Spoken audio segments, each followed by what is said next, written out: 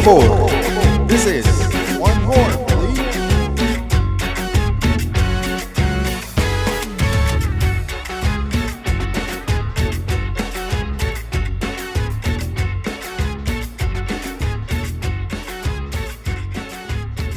I want to do all three away Texas games this year. I'm for sure going to Dallas. I don't know that I'm going back to Houston. You didn't have a good time? I had a good time.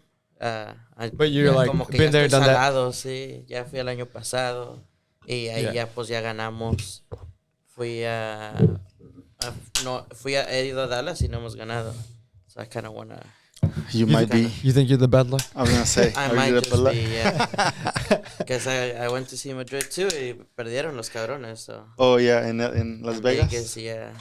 Dude. Hey, I tell you what, if ever, like, if you ever have Barcelona and Real Madrid play in a Champions League semifinal, ve los dos partidos, porfa. Oh, absolutely. I No, mean, porque como andas yeah, no, y pierden y pasamos. we already gone through that. I mean, that started when I went. Was it 2011? Yeah. Desde entonces, I've been wanting to see that shit in Champions. Yeah. That's We have a buddy that he's a big Man United fan, and he went to the FA Cup. Gozi? Octavos, Gozi. recently. Yeah. Yeah. He was telling me he had a London trip planned. And he's like, I don't care if I'm in England, I'm gonna go to the Man U game. That's the thing about traveling. If you're in a city where there's a big game that week, Yeah, you'll find a way to get there. Well, we also have a friend, a mutual friend, Cisco. He was in Oh, he was in Barcelona. Barcelona That's right. and Madrid. I saw him. like over the week. Shit. I saw So- him touring Camp Nou, Camp and Nou. he was like all over Barcelona. Yeah. Honestly, man, Barcelona's a beautiful city, man. Yeah. It's real nice. He was like going over like all the historic parts, the Gothic part, like the Parque Güell. Like there's a lot of nice places out there. Maybe I'll go this year. Maybe I'm not. Hey man, you know what? It's in process. But I need funds, and if you want to book a session so I can pay for my papers, just holla at me. Subscribe to the OnlyFans. Yeah, subscribe to Subscribe to Richie's the OnlyFans. He doesn't I'm sell running the promotion. he doesn't sell feet pics. He sells bald pics. A ver, enséñale, Rich. Ay, woo, Mr. You know what? Clean, Mr. Clean. I don't think I've ever recorded an episode with my bald head, so I'm gonna take it off. Okay. I'm a big fan of balds. Yeah. Starting with Richie. Of course, you got Pep. Of course, you got Eric Ten Hagen. Yeah. There you go. I'm a big fan of balds, dude. Hey, speaking of, the only I'm gonna keep you my headset right here because just in case I hear a little knock or a little like, hey, I'll keep a lookout. All right, cool. Or you guys hear a Sheba crying. I have my boy outside. He's good. He's taking a nap, but just in case. Welcome to Otra, por favor. Otra, por favor. How are y'all doing today? I'm doing great. Oh, man. Lovely. Yeah, lovely weather. Love it outside today. Yeah, it's that nice crisp where Texas doesn't know what it is yet. Doesn't know if it's spring. Doesn't know if it's summer. It's kind of a little bit in between. Yeah. The weather's kind of like Josh Wolff or Ricardo Osorio, Juan Carlos Osorio. Yeah. Changing up the lineup. Yeah. They don't know what's going on. They're just Right now, it's like a CONCACAF Champions League. You rotated the whole squad. The weather might make an own goal on itself. We don't know. Pretty accurate. Yeah. I mean, basically, we went from like a nice, almost 90-degree weather a couple of weekends ago to like Just last super cold this weekend. Yeah. And then right now it's like raining and it's like 70 degrees. I don't know know. what's going to be tomorrow. Maybe sunny. I and- know. Maybe it snows. Yeah, so Shit. Nah, I think we're done with that. But it is March 21st, the beginning of the astronomical spring equinox. So it's salud, spring. It's officially spring. A ver qué nace de esto. Hey, and shout out to our sponsors, Hop Squad, for providing this wonderful Dr. Montopoulos. Speaking of Fontopoulos and Hop Squad, man, I appreciate you guys. But I sorry we haven't gone and picked up a batch because we still haven't finished the ones from the batch from the 2 weeks ago. We'd like to savor our beers here. Every taste, we take it slow. Savor it. Where we do the what do you call We it? swivel it. The swivel it. You Y swivel luego le it. damos un poquito. You let it aerate. You drink it with your pinky. La hueles y dices, este sabe a Montopolis. This is Hop Squad. This isn't Miller High Life or nothing like that. You enjoy the beer. You Exactly. Yeah, man. But anyways, I'm glad to be back, man. And thank you for everyone that has listened to our, content, whether it's listen to it on Spotify or watching the YouTube. We appreciate it. Any input, anything we get from you guys is always welcomed. And it was pretty cool that after Bali and Primo's episode, we got a pretty in person, people saying oh, it was a good episode. And that's what we wanted. We wanted to highlight, their content and what they do with We Arsenal TV. We also wanted to highlight a little bit about them. And actually, the Saturday after we recorded the episode, Bali's mom, I saw her at Hop Squad. And she's like, hey, Richie, Otra, por favor. And I'm like, oh, thank you. She's like, I'm Bali's mom. So, so good to meet you guys. And thank you. It was a great episode. So, that's cute. Moms are our greatest fans. Yeah, indeed. Bali's mom's an angel, too. Yeah. So it was pretty cool. And today, we were pretty much back in this fan segment. One of the new formats we started last year. We're picking it back again with our friend Neff. He was here, when was it? October last year, give or take? Sometime last year. Before playoffs. Under absolutely different circumstances, both different. Domestically and internationally. Yeah. But welcome back, Neff. I'm excited that you're here. We got a lot to talk about. We got this past weekend was full of Clásicos, derbies. We had the Barça Real Madrid match. We had the El Clásico Regiomontano with Tigres Monterrey. We had the Clásico Nacional with Chivas and America, and then we had our own our own derby here in the MLS, Dynamo and Austin FC. Yeah, man. From all of the Clásicos and the teams you go for, ¿cómo te fue? I mean, I got slapped here and I got rewarded there. So I honestly, when it comes to the Clásicos, domestically with Austin FC, we did get smacked a little bit. Personally, and then Mexican National League, as a Chivas fan, I got smacked 4-2. I guess it could have been worse, right? It was 4-0 at the half or right after the first half. And then, I didn't obviously the biggest reward for me was the Barça game, the Barça Real Madrid game. But we'll get into it. We'll get into it. We got a lot to digest over here. Quite a bit. But thank you guys for having me again.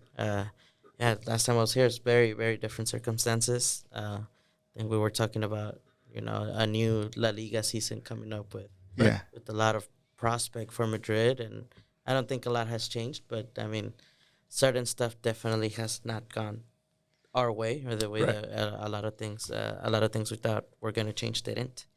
I mean, in terms of Clásicos for me, I mean, obviously Austin FC was a hard watch. Especially live. Oh, damn. Yeah, it was a hard watch. Both you and Richie watched it live, right? Yeah. I mean, it wasn't so much the trip because, I mean, I would do it over again. I love traveling to see the guys play. That's just, the love for the team. But the game was hard to watch. Right. Yeah, especially being in Houston. What are your feelings about Houston? How do you feel about the city? I gotta ask, man. I don't have any great feelings towards Houston, to be honest with you. Gotcha. Yeah, I mean, I don't actually know the city very well. I don't. You just know the I just really know it because of the sports more than anything. Yeah. I mean, I've driven there 3-4 times. Right. But I've never really gotten to know the city. So as far as the city, I mean, I don't know it, but as far as the team, nothing good to say there. Nothing good. Yeah. I don't really watch Rayados or Tigres. I'm a Santos fan, so if they could both lose that game, for me even better. But el de America Chivas, man, that I did watch it. I sympathize more with America because my dad's Americanista. Right. But man, that was actually a pretty enjoyable game from more of a neutral standpoint. Yeah. I mean, it was a game full of action, full of goals, and obviously pretty dominant by America's side. But I'd love to hear Richie's perspective. You know, man, you, as a true Americanista, you even converted the Otra por favor page into an Americanista page with a few posts. Oh yeah, I had to, man. So I had to. you threw some propaganda in there. Basically, me pagó Ascar Gallán Just like pre-court? Nah, ese vato me debe. And that's why I haven't done much. Yeah. But no, it was so I also went to Houston. I got to see the game with my brother. We didn't see the supporters. We sat behind the goal. The first half, pretty much close to where La Murga was at, and it was a pretty cool. You know, I used to go to the stadium, so it's like I don't like the team anymore, but I still got love for that side of town. I had a lot of good memories there, so Yeah. I think seeing Houston step up their game in production-wise in the stadium, Yeah. is like because of our work. That's the way I look at it. They did some improvements to the stadium, right? A good amount. It looks like, it actually feels like you want to walk in and watch the game. Yeah. No, y le dieron su manita de gato, like we say it in Mexico. Those seats were nice. Yeah, Seats were nice. yeah, the mesh seats were good. The food options look pretty good too. The food options were pretty good. Arandas was actually in there. What? So they, That's hey, props to them. Still, I'm not a big Dynamo fan, but I'm glad that they finally were able to upgrade the stadium in that aspect, because you want to be able to compete with someone talking trash and not just coming in like, oh, you know, it's a shithole.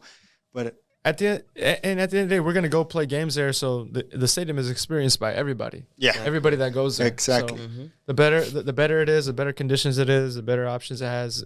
Everybody's gonna have a better time. So But it was good. I after the game, we went to pick up dinner for the family because we drove from Houston to Lamarck, and we stopped at this place called Tostada Regia, which is Monterrey Tigres fan base. So we were walking in a very Monterrey like style restaurant as an America fan watching a Clásico. Just finished watching the Austin FC Dynamo game.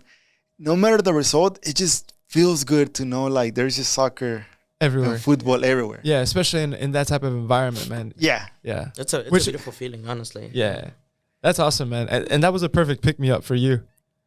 Yeah, oh yeah, right for after sure, the result. for sure. I saw Henry Martin, doing sus honores al Cuauhtémoc Blanco con la de Perrito. That was amazing.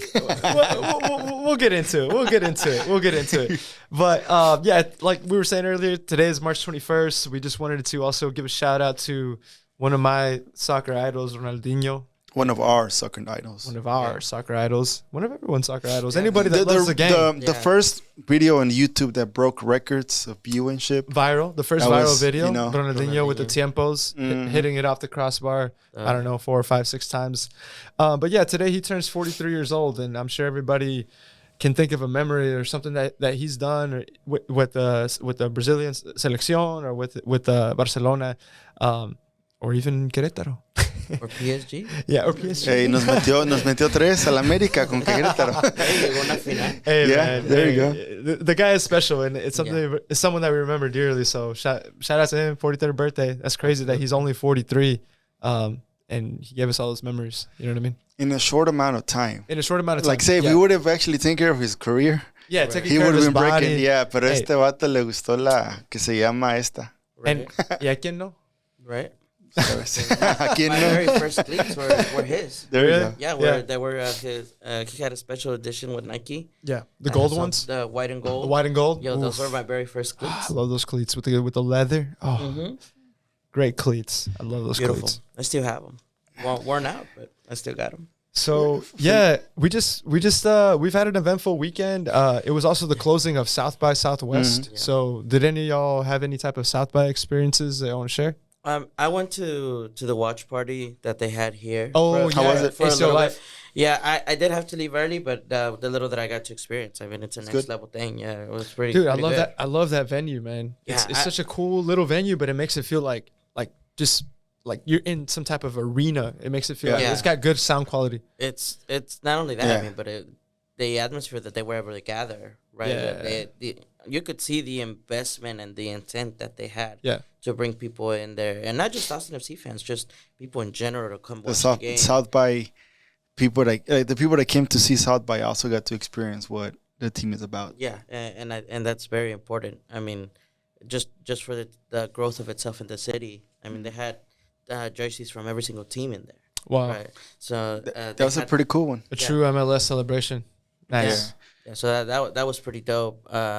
I was gonna go to the EMLS thing, but ended up having to cancel last minute. Yeah. But I also heard a lot of good stuff about that too. Yeah. So. I was actually shooting with La Murga, like photos and videos, not shooting anything else. Shooting up. And then and nah, man, the production the EMLS has. If I want to just I like giving props, and I give props to EMLS for how well organized they were in that. It could be a video game event for South by, but at the end of the day, like the people that worked that production, they were just having fun. Because usually sometimes you go to places like that, están medios, you still got to get your work done, right? You still got to do your shit and everything. Pero esos acá echando desmadre, pero pasándosela chido. Like, it feels, and you feel welcome too. Because it was the second time that La Murga did it. I couldn't go the first time, but it was I was fortunate to go this time, and getting access to go up and down, shoot whatever I wanted to shoot.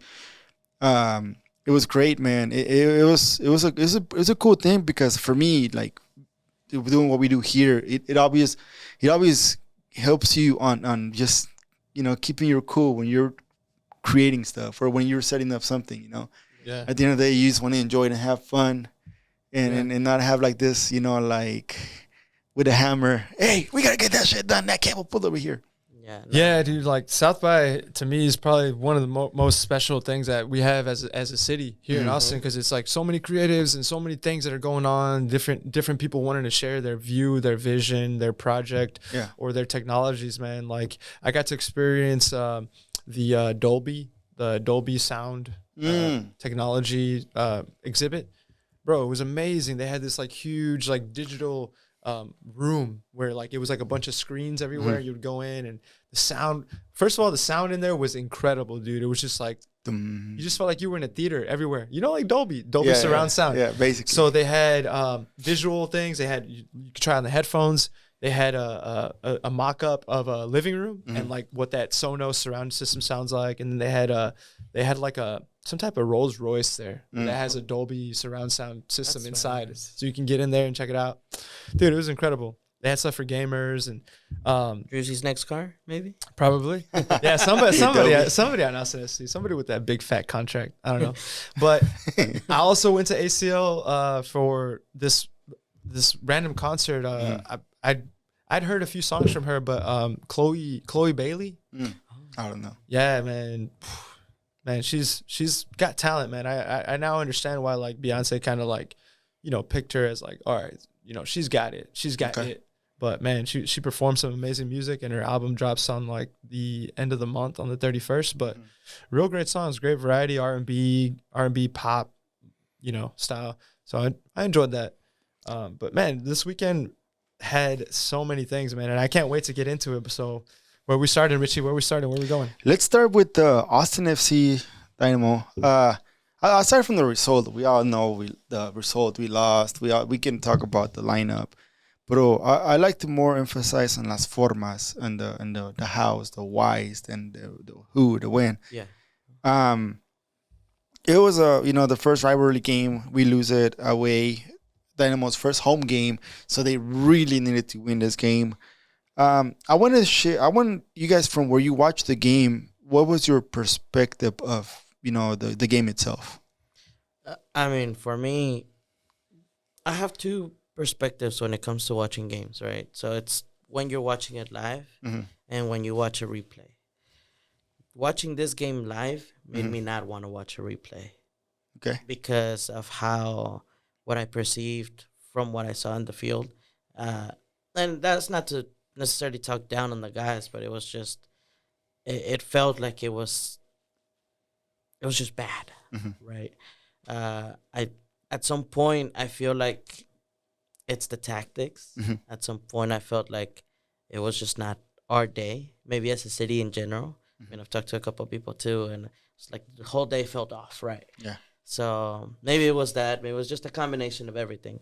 But definitely in terms of results in the last couple of games, I feel like the tactics had a lot of play here. The lineup, I mean, like, again, not to talk down on any player because we love every player, but I don't know why Valencia would have started that game. Even if it's for rotation. I mean, they played on Tuesday. They had almost 4 days, four full days To recover. to recover. Yeah, which, I mean, Bocha will tell you, for a professional athlete, that's a pretty good amount of time. In Europe, that's how much they do. Now they did play 5 games in 15 days, so it is quite a bit.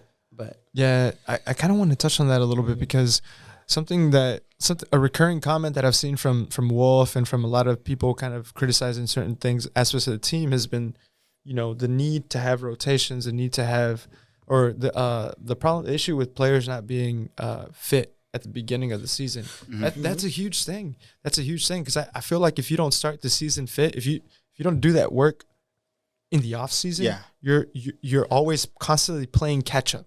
Yeah. And that's something. I'm sorry. That's something that the coach of SKC brought up in an interview he did. That's right.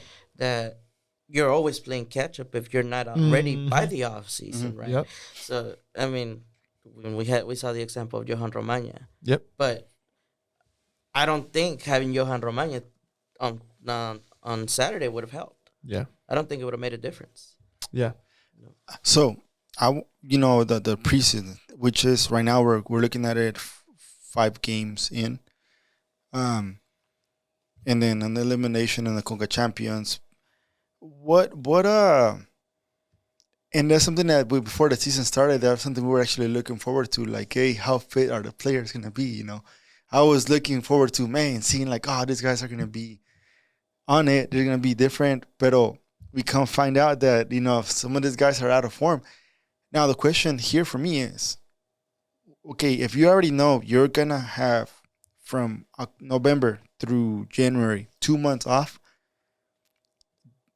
did the staff give the players a plan to, hey, even if you're off, you have to, do your training? Or les dijeron, ¿sabes qué? Váyanse al Mundial, váyanse a pasarla donde quieran, descansen y regresen la pretemporada. Because and it also goes around with, like, say, the cycle of, the MLS, how it is, and how it starts and when it ends. But for me, it's not even whose fault is it, but which direction should have they taken? And right now, it's kind of hard to know if they're even in shape, or están duros, or maybe it's just a confidence thing from the first game. They're trying to figure stuff out still. But I think there's just a lot of things that for me personally, and everything sort of started with what's going on upstairs, with what's going on with Reina, and how many roles is Wolff taking, how are the players, because Reina's role, the way I look at it is, he's the connection between the los de pantalón largo con los de la cancha. And if you don't have a person, un buen director deportivo, then there's something going to be missing from the players and ownership. Because ownership is going to be wanting you to do something, pero ¿qué tal si hay algo que está... Yeah, there's that bridge that's been broken down. So, and then it's just, I don't know what it is. Now, before I go into like what I want to ask you guys, Koke, I want to hear what you think. No, I think you touched on something interesting there that I hadn't touched on much. Like, the whole scandal with Reina, Berhalter, soccer parents, like that really, whether we wanted to or not, has affected the team, the team's leadership and environment in that aspect. Also, some of the decisions that were made, some of the decisions that have been made by Wolff and his coaching staff, such as, we're gonna, Drusi wants to be captain. Yeah, we're gonna make Alex Ring sit, he's going to sit on the bench, and Wolff has now won that position. But now you have Julio Cascante having an early injury in the first game, and all of a sudden you need Ring to step in and a position that maybe he's not so happy with. You have a forward like Urruti who maybe believed he had proved himself last season by scoring in certain points and now getting benched and getting very, very limited minutes. You have Zardes coming in. You have like these new signings this DP, Rigoni, that we expected so much of that constantly gets played and maybe is producing stat-wise and efficiency-wise, but not in the resultado. He's not scoring. Yeah. And that's something that you can criticize him about. So, like, the environment in that locker room is not the same as it was when we're succeeding. When everybody's mate con vos, everybody's having a good time. So, like, it's a totally different environment. I think there's a little bit there's been a lot of talk about a broken locker room. I don't think it's a broken locker room. I do think it's symptomatic of some game schemes that are not working, game plans that aren't going through, and results that aren't going your way. When results aren't going your way, you're not going to be all happy. You're not going to be celebrating in the locker room. You're not going to be having a great time. You're frustrated because you're professionals and you expect to win. So I don't know, man. I think there's a lot of little things that are going on, but as a leader that Wolff is, as a coach, I think he has to take responsibility of that. A true leader should take responsibility of that. And when he kind of questions like fitness of players, like that to me is someone who like passes the blame a little bit, and not someone who like looks and says, you know what, this is on me. This is on my coaching staff. We're going to figure it out. So I don't know. That's kind of my take on it. So this actually connects well to what I have in mind, and I wanted to ask you guys. So for me, I have a very ironic way of saying things. Maybe I contradicted myself from when before we started the season, talking about the progress and talking about, Wolff's podcast with PSB and talking about trusting it and believing in, your work. But now he's, I don't know where he lost that, La Brújula, where he lost that, the compass. And for me, I know there was a tweet that I put Wolff out. I meant it. You tweeted that? I tweeted that. When did you tweet that? Saturday night after the press conference, and I heard he put a Fagu under under the bus. Under the bus.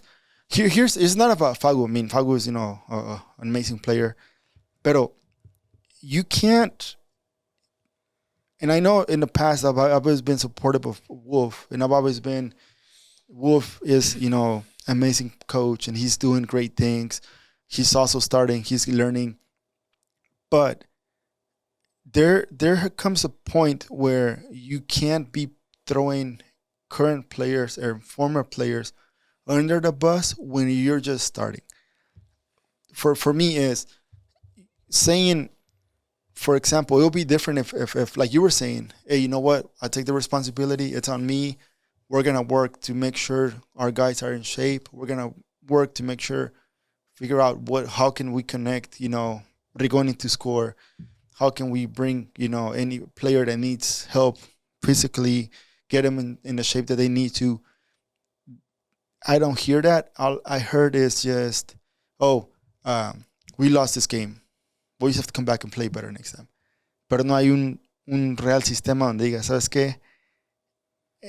Algo tiene que cambiar. And it feels like shoving it off, saying we'll come back next week and play, it's not good leadership. And also, whenever you throw a player under the bus, especially, after you sub him out, like for Fagundes in a yellow card, it's different. So, you know what? He could have said, we wanted to have him not get, risk the red card, because that would have been detrimental. Because I feel like Fagundes leaving the game did affect the team, did affect the where they were going, because they were actually clicking, estaban 0-0. So there was something, Fagundes being on the field sometimes helps on the mate con vos part, because you have your routine, you have your Drusi, and even Rigoni, because it's like, hey, at least I'm playing with someone like Fagundes in there. Porque trae más que es un simple jugador. Yeah.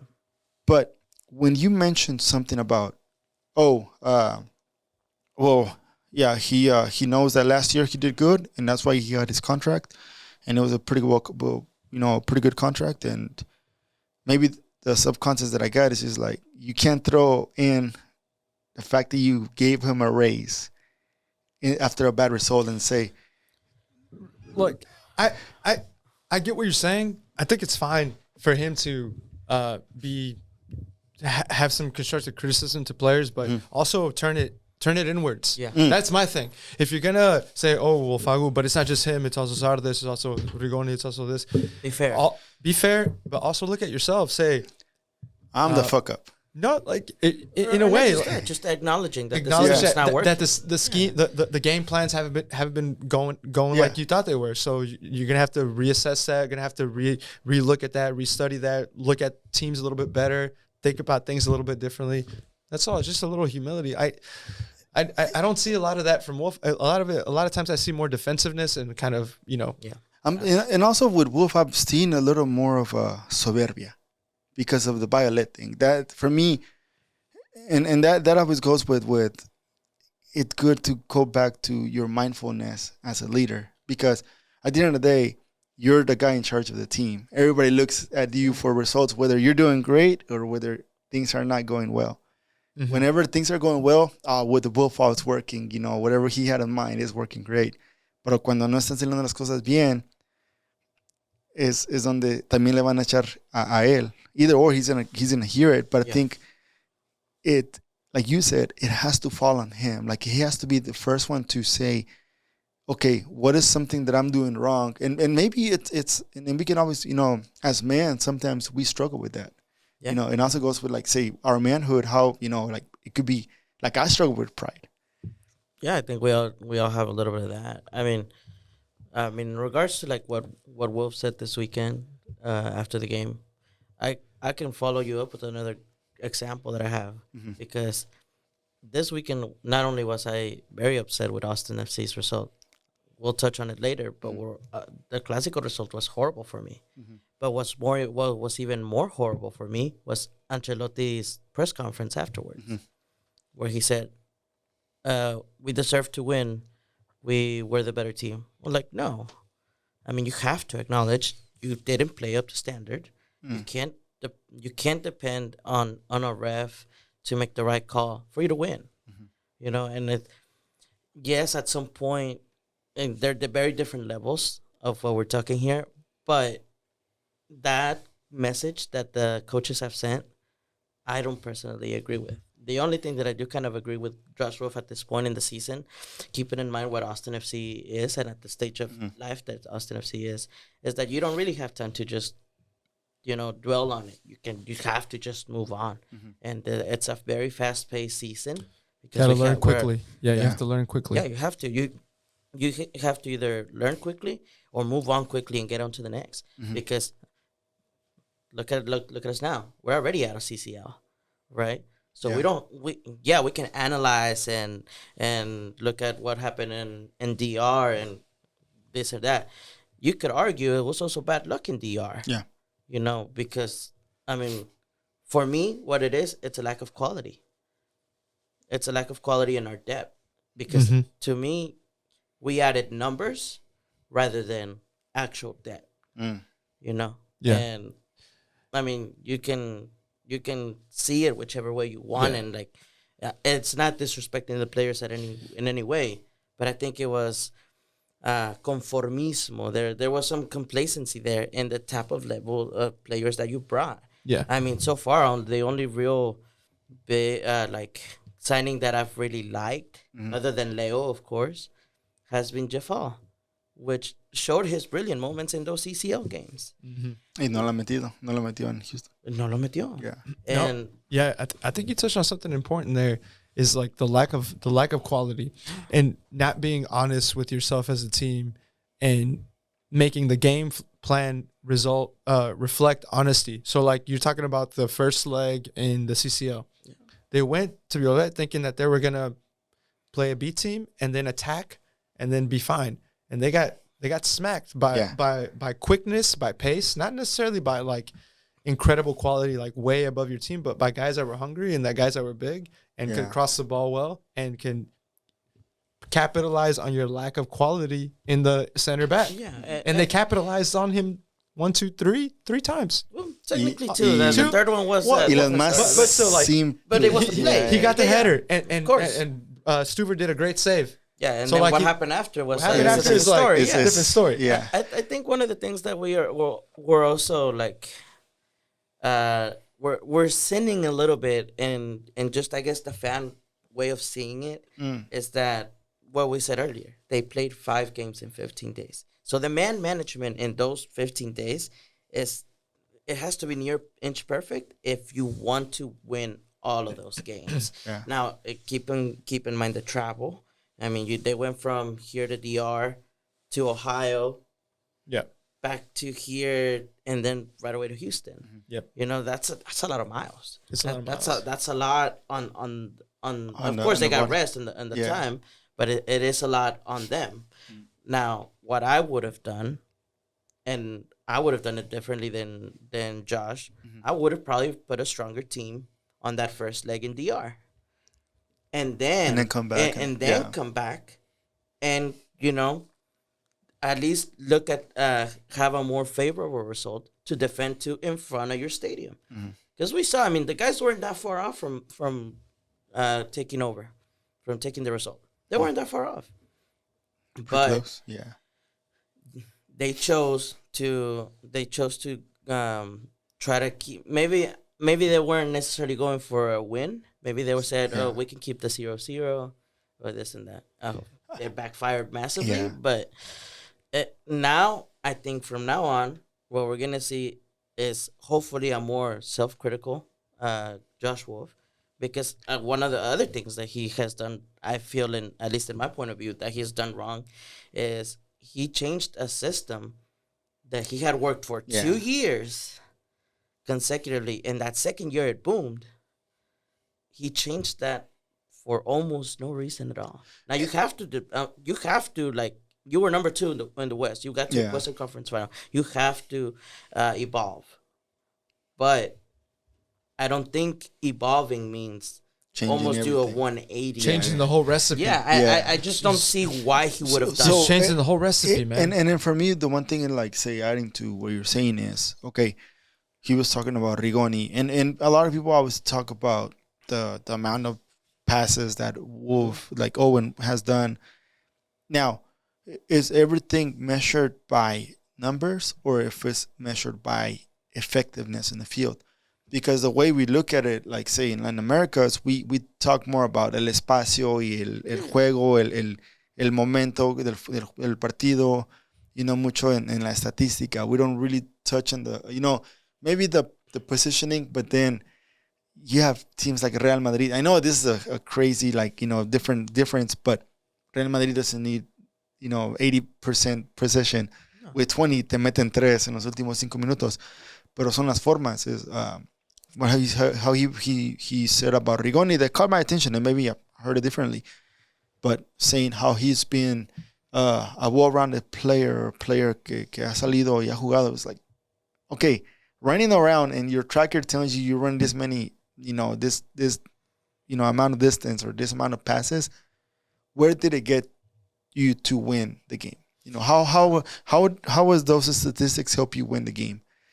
Because you can run up and down the whole time, pero si no hay una efectividad cuando llegas al área, what should be the focus? Is el juego en sí, el resultado, o okay, vamos a tocar y tocar y tocar. I agree with you, but to Rigoni's defense, I think that the only thing that you could tell him right now, realistically, not even looking at numbers, just looking at the games, is the fact that he hasn't been able to finish. Because other than that, Rigoni from last year to Rigoni right now, it's a different player. You feel like I feel like there's a really good size improvement. Now, has it been enough? No, because he hasn't finished. But had he finished at least 2 or 3 of the ones that he's missed, we would not be talking about what we're talking about. No, definitely not. But that's the issue. Right? That's the issue. That's the issue. The effectiveness. Yeah. So you look at the stats. Rigoni's a great player. Yeah. Completes a lot of his passes, does a lot of his runs, creates a lot of good crosses. But we're looking at his effectiveness, and you realize, like, man, he's got two 2 chances per game, and he can't. And clear ones too. And clear chances, and he yeah. hits it right to the keeper. It might be stage fright. It could be something. And like definitely, that, yeah. I think he does have a mental block. But that's like my biggest thing. Again, like my criticism against him is, I think he's too much in his head, and you can tell by the way he's striking the ball. Mm-hmm. Like he's so worried about finishing that he just strikes it right to the keeper, or like in an easy, instead of just letting go, not thinking about it. You look at the difference in the way a Gallagher Con Fagundes. a Gallagher takes a shot. That motherfucker he makes a run and he's just quick. Yeah, he's quick boom. thinking. Yeah. He kicks it. He doesn't think about it too much. And most of the time, it looks a little bit more dangerous. You look at Rigoni and he does maybe one extra touch 1, too 2, much. 3. Yeah. Se tarda un poquito. Hace el tap, tap, tap, tap, tap, tap. He takes that little soft touch. Just like, Yeah. I want to see him let go. I want to see him just say, fuck it, man. I'm gonna rip this shot. I don't care if it goes to the top of the stadium. You never see Rigoni. Like, I rarely see him take a shot where he's like, I'm just gonna rip it. So, and here's one thing that I don't know why, but so you had Gallagher and Fagu working well on the left, and even until we like say with St. Louis, when after the unfortunate injury of Cascante, Rigoni and Nick Lima were actually not doing bad. Like, they were se entendían, but why change? Like, why take out Lima and why put in Komanich, and why change Gallagher from this side to that side? Where on the left side, Gallagher has been doing amazing things with Fagundes. I think, and after watching the games back a couple times and see, because I was asking myself the same questions, like why is Komanich there, right? Komanich he wasn't a regular starter last season, so why is he be a regular starter now, right? And I think a lot of it has to do with Sardes being our striker. Because I think what Wolff wants to do is not so much create a space in front of goal for him, but I think he wants those headers. Yeah. But so what we were used to seeing last season being like the last 20 minutes of a game. Now it's a whole 90 minutes of it, which it can be really hard to watch. It's really frustrating because out of 20 crosses, maybe 3 or 4 will be good. Yeah. And even with Coleman, he's really good at crosses. But we also have not only Rigoni's block, we're starting to have a little bit of Sardes' block too. I completely disagree that he should have been the starter from the beginning. Yeah. I think in the long term, with given time, he can give us more than Urruti, because throughout his career he has given more than Urruti. I don't think that Urruti should have been taking the spot from match day 1. I think there should have been a process, like 2-4 games in. Maybe up until now, we should be seeing Sardes start, because that's when he gets acclimated to. If Urruti wasn't scoring. Yeah, but even then, Urruti had one chance. Yeah, and he buried it. Yeah. But then you look at the game against Houston, not much happened either, right? Yeah. I mean, the first half, he had good movement. He does. I'll give that to him any other day. Yeah. He moves in and out the area, and he provides those spaces for Juicy. But Juicy not being sharp also affects Maxi. So you need that Gallagher player that will give you that cross. But I still go back with taking out Fagu too early. Oh, absolutely. That changed everything, because the game was actually pretty disputado. It was like 0-0. It was like anyone's game. You take out the player que te pone la garra, and I want to, not because like Fagundes is like my favorite player or whatever, but it's just because you changed everything completely. You changed the momentum a 180. Y le quitas la confianza al equipo, because now you have Rigoni. Like, it was different if Rigoni was actually killing it and scoring. Very, very different. You know what? Fine, you can bring Fagundes out, but you take out Fagundes, you have a Rigoni that's still having confidence issues. Finley did what he could, but it's just but even then, right? So it's like, and even UC Leo struggling, like you saw that in that game against Houston. He was struggling. No, he almost had a Kip Keller incident. He gave the ball away. very easily could have been a goal. Luckily, you know, Stuber was there. Stuber was there in the forward. Matter of fact, it did get to the point where Stuber had to go on to the last second. It was at the corner of the area. Yeah, I remember that well. See, I think where the offseason kind of failed us, or not necessarily us, but where the team planning failed was not having a proper level center back, because I said it last season, and I still believe it. We are one good center back. I am talking another Ruben Gabrielson. Yeah. From being able to compete against the LAFCs consistently. Yeah. Because our attack is really good. So, in the center back, one thing that happened, and I heard it in Club Deportes con Jorge, Miguelito actually made a good point, is, okay, se va Gabrielson, you bring Leo, that's a substitution, right? Romagna leaves, you bring Andrade. But the point of the preseason and the transfer window was to bring in another defender besides from what we have. Whether you take 2 players out and you bring 2 players in, it was just adding another player. Just adding numbers. Because Kip Keller, if there was a trust issue with Kip Keller, then you knew, like, okay, he's not ready for starting lineup. He could be ready to sub in or whatever, and not have something like an accident like that. What happened with St. Louis? If you would have brought in a center defender que ayuda a controlar el partido, and you would have kept Ring in the field, we would have a different, different situation, because you also want a player that can know how to communicate with Ring, with Leo. Because you did see, now the one thing that I was seeing with Ring and Leo Bassen is the communication. That's a factor. Good. It's a factor. It's good. I really hope Ring doesn't get subbed out whenever we get a new defender or Cascante comes back. I think that's a matter of fact. But that could happen. I'll tell you, no, of course. I mean, he's not doing bad at all. Like he's probably playing the best I've seen him in a long time. Yeah. But I'll tell you my theory as to why we don't have the center back that we thought we were gonna have. Mm-hmm. And I think is that I don't think they brought in Leo to replace Gabrielson. I think Leo was coming regardless. And I think really our third center back was meant to be Julio. Which, when you think about it, in MLS standards, that would have been great. Mm-hmm. That would have been great. Instead of, let's say that on that first game, instead of bringing in Kip, you bring in Cascante. Man, that's a whole different level of things, right?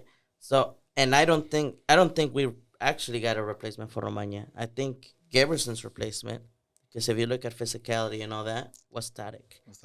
So that's why I feel that's where the shift kind of happened. I think Reina in his head, I think, had Leo and Ruben as our starting center backs, and then moving forward, that's what they did.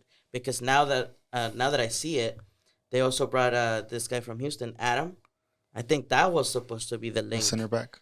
That was supposed to be the link between Ring, Leo, and then bringing him in, because that's what he did against Houston. Mm-hmm. He brought him in instead of Komenich, and then he switched to a line of 3, right?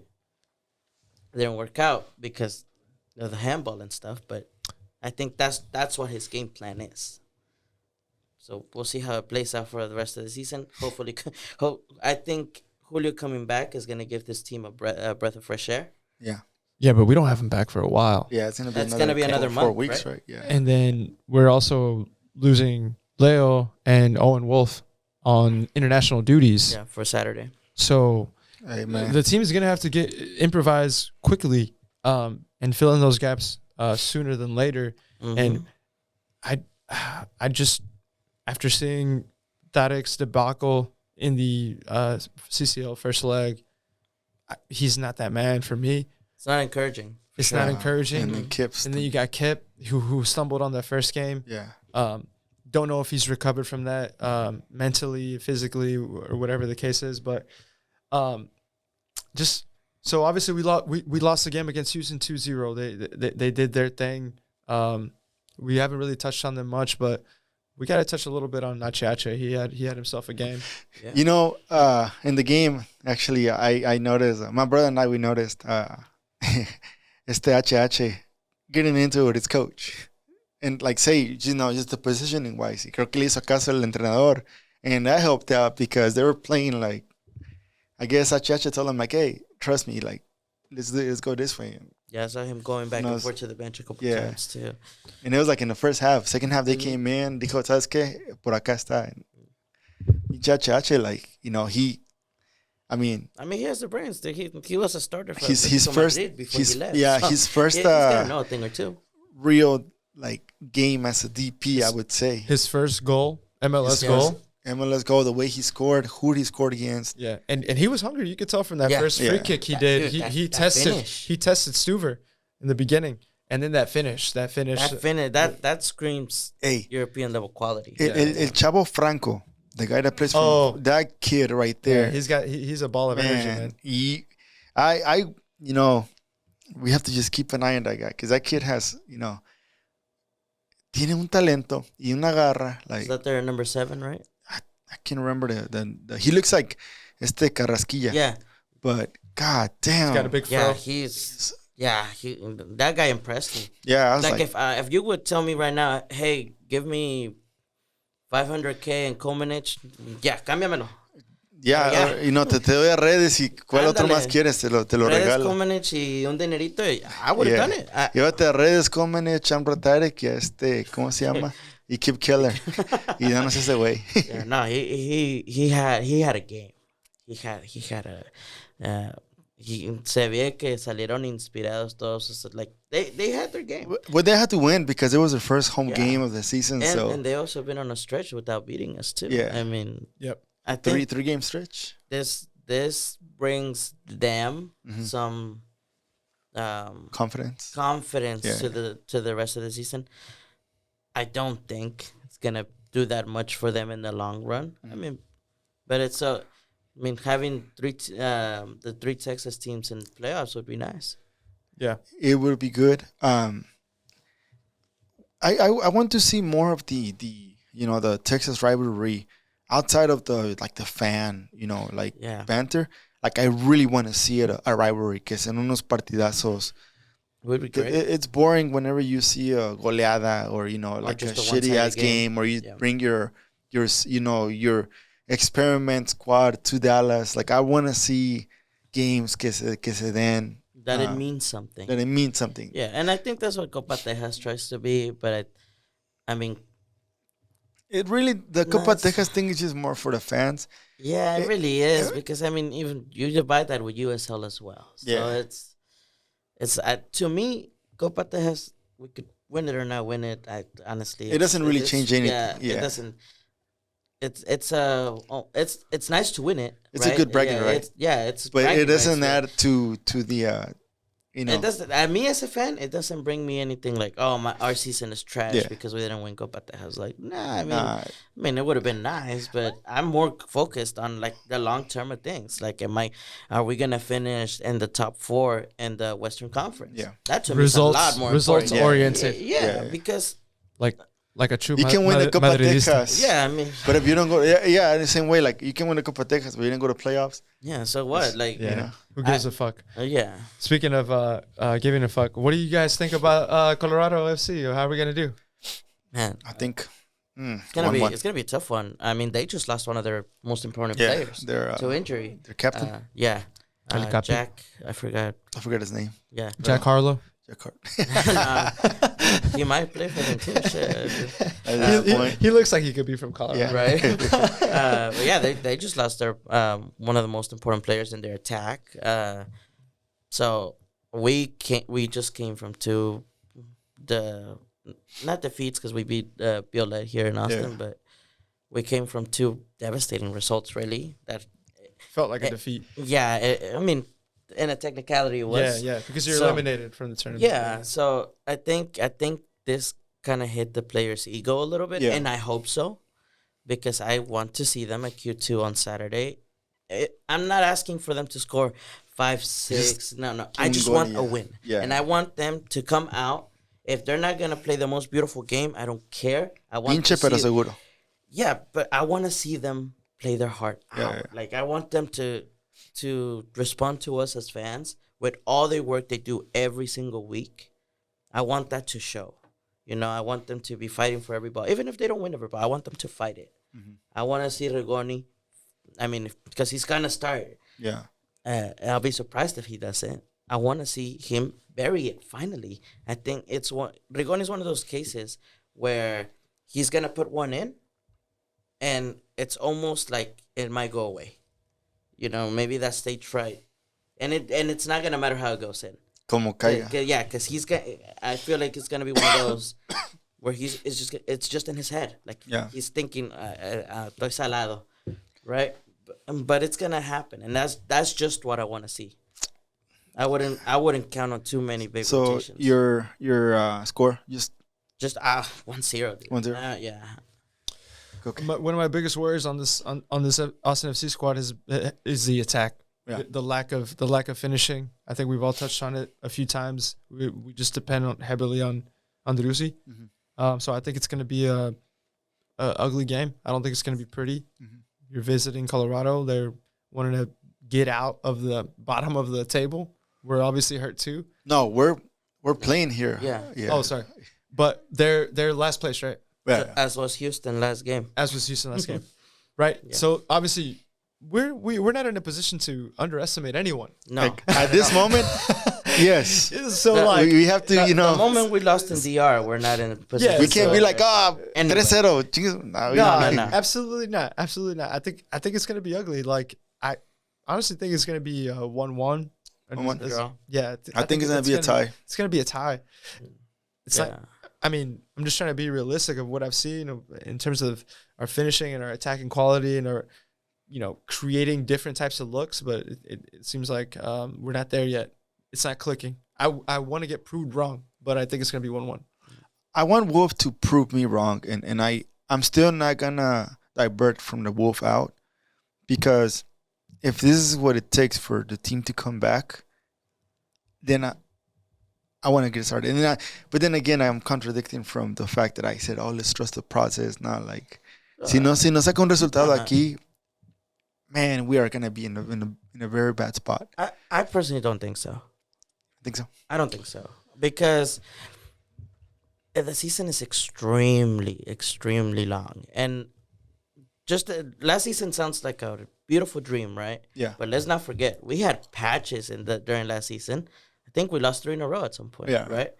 So what if this is that patch, right? I mean, of course, it cost the CCL. Yeah. But were we really ready for that? No, we weren't, right? I don't think so. Even if we would have gone through the next round. So now, are we just gonna be an MLS team, or are we gonna be? The focus for me is, if you go to a tournament, you should go in to win and compete in every tournament. No, absolutely. I 100% agree with you. Mm-hmm. But if we're gonna look at it from the club perspective, also, I mean, one of the reasons why LXC and LAFC are able to sign the caliber level players that they do is because of all this money that they have accumulated throughout the years. Yeah. All the CAM and TAM and whatnot, right? We don't have that. Of course, Uncle Tony has the bucks, right? But he can't just splash them whenever, anytime, because of the MLS regulations. Man, pinches regulaciones. Yeah, no, it's stupid to some point, right? Yeah, I think to some point it's kind of like, yeah. So it stops the growth of a team, which is why I truly believe if that wasn't a thing, Austin FC would have gone for bigger players, more quality players. Mm-hmm. Now, that does by no means we are a small team, like that 3-year-old team. So that's really kind of it sounds pessimistic, but it's just the reality of things, right? Now, for a team that's been alive for 3 years, we've done quite well. We have quite a good history so far. I mean, we had a really atrocious first season, a great, wonderful second season. We're starting bad now, but we can build on that.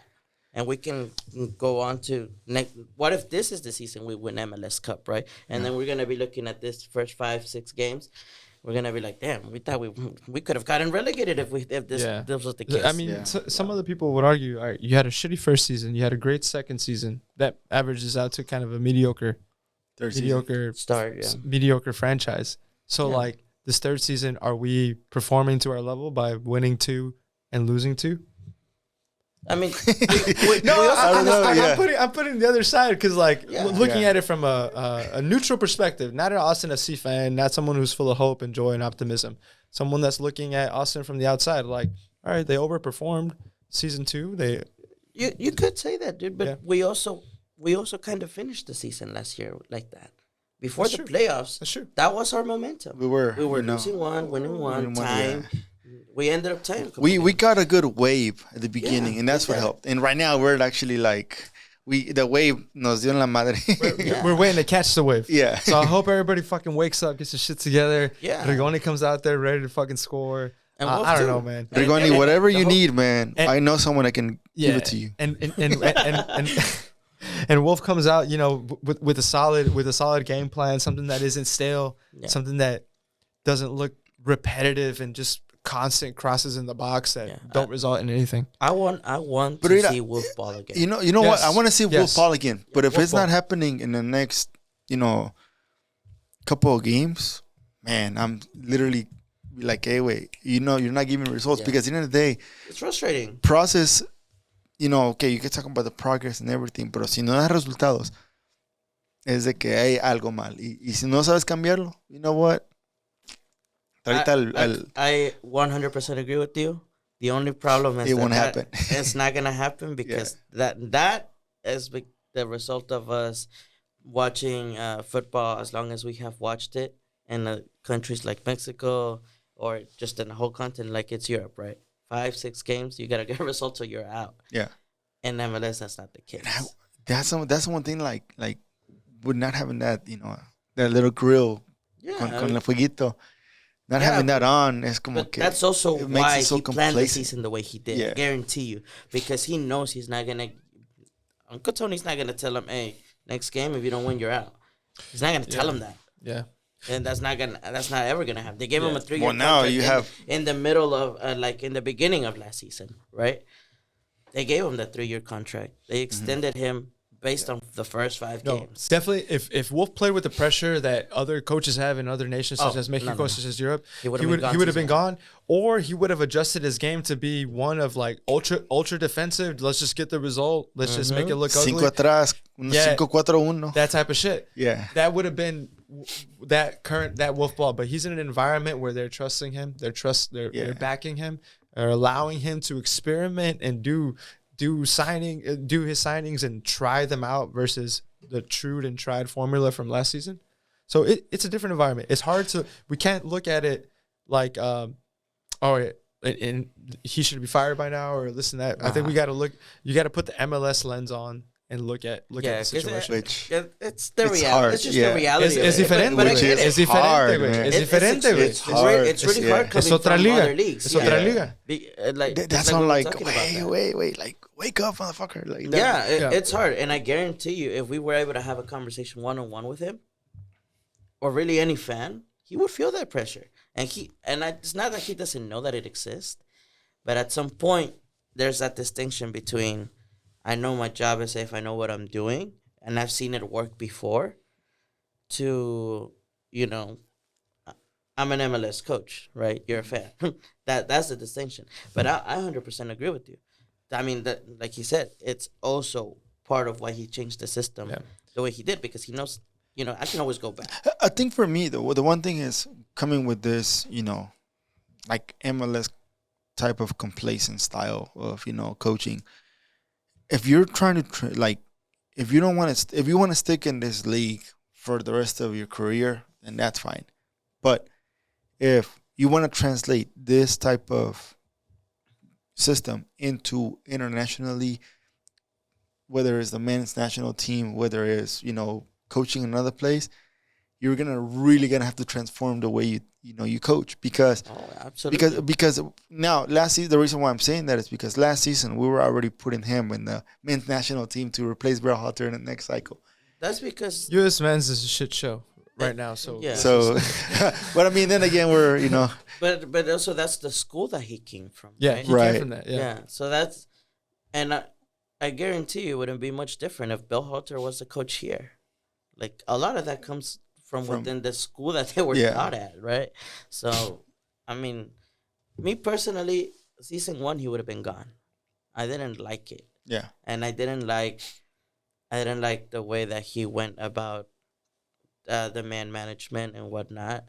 I think we definitely needed, for a first year team, we definitely needed not a new coach. We needed someone with plenty of experience, with a proven track record, or even just someone that knows his system well. A Ricardo Lavolpe, maybe, right? This is el maestro de los maestros en Mexico. I mean, he has so many coaches that learn from him, right? I would have brought him on for a first year. My counter argument to that, right, to someone with a lot of experience, this and that, that's something that's more traditionally seen in a liga like Liga MX. Whereas you look at a young coach such as Gonzalo Pineda, that had a shitty season. Would he have season. gotten that same backing in Mexico if he had that shitty season with Atlanta? Nah, he would have Hell been. no, he would have been Especially out. now with the team that he had. But look at how he's doing at the beginning of this season. It's been a dream start for him. What are they like? I forget what the record is, but they're But they're playing good too. They're pretty hot. They're pretty the hot. thing. But I guess the counter argument to that is that he has a very well-rounded squad. Well-rounded squad, exactly. And- But what I'm saying is what I'm trying to get at is this league is a little bit more process, long-term goal Very driven much that. versus ahora. Give me the fucking. I hired you this season. I want results this season. Yeah. Yeah. No, it does not work like that at all. So I don't know, man. I think it's a good segue to El Clásico Nacional. What do you guys think? Yeah. Let's get in there. I don't want to go in there, but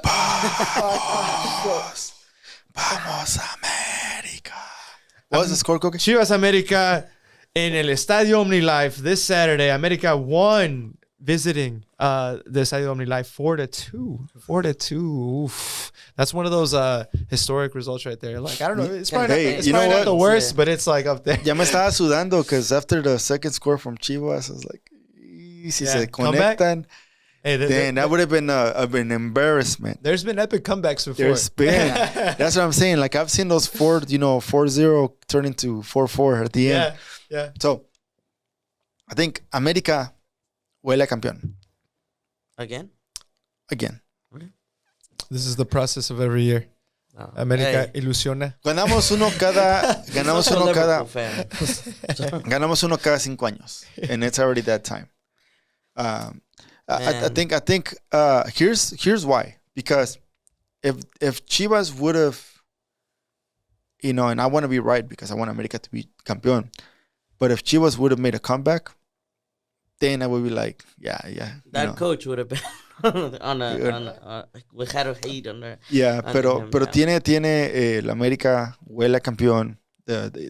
And America's better whenever they're not like first place and they're like 4th, 5th, y luego se meten al final y terminan. Tienen la maldición del primer. It's all not getting in that first place. Like, you start 4th place because then they still have something to prove. you still have something to prove, and you also, unless you end up playing a team, like say you end up like in the semifinal, you play a first or third, then you have to play away. But if you keep closing that in El Azteca, you have a better chance. Yeah. From what I remember, América's se ha campeonado cuando no gana el primer lugar. So I think there's a high for me. There's a high percentage we're gonna take it this year. I think you're getting very ahead of yourself, Richie. I was asking just for this game analysis. I didn't ask for your predictions for the entire America season. Hey, we know the formula. America's campeón, va a ser campeón, and then they get eliminated. hey, somewhere in La Liga. don't get salty because just remember how many fingers do I have here? I will tell you this: the thing with America against Chivas right now is that America's pretty much always in that conversation. They are. which Chivas has been lacking in the They've been last lacking. years.